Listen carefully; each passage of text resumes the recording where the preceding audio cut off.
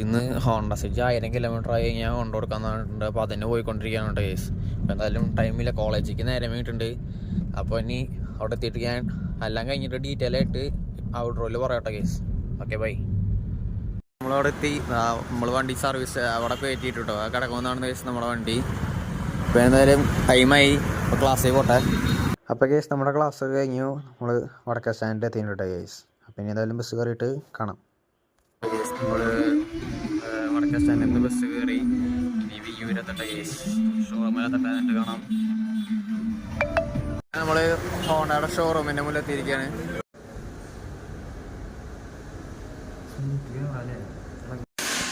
നമ്മളെ പടക്കൂ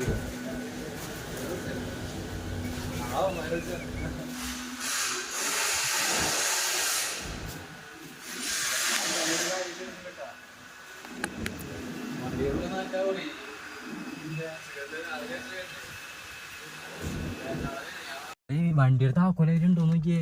എവിടെ വണ്ടി എടുത്തിട്ടുണ്ട്. 2 ചെക്കന്മാര് കൂടെ കിട്ടിയിട്ടുണ്ട്. വഴിന്ന് കിട്ടിയതാ. ചെക്കൻ സൺറൂഫ് തുറക്കാൻ നമുക്ക് സൺറൂഫ് തുറക്കാം. എന്റെ മനെ നമ്മള് സൺറൂഫ് ഒക്കെ തുറന്നിട്ടുണ്ട്.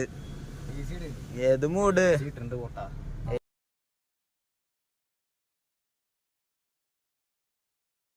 നമ്മൾ സർവീസൊക്കെ കഴിഞ്ഞ് നമ്മൾ വീട്ടിലെത്തി.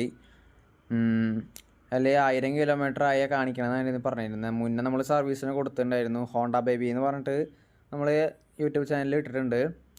അപ്പോൾ അത് ഇതിൻ്റെ പാർട്ട് 2 എന്നാണെങ്കിൽ നമുക്ക് പറയാം. അപ്പോൾ അതിൽ സർവീസിന് കൊടുത്ത ടൈമിൽ നമ്മുടെ വണ്ടി ഓട്ടോമാറ്റിക്കാണ് കേസ്. അപ്പോൾ അതിൽ PDRN എന്ന് പറഞ്ഞിട്ട് അക്ഷരങ്ങളുണ്ടാവും. അപ്പോൾ അതിന് ലൈറ്റ് ഉണ്ടായിരുന്നു, അത് കത്തുണ്ടായിരുന്നില്ല.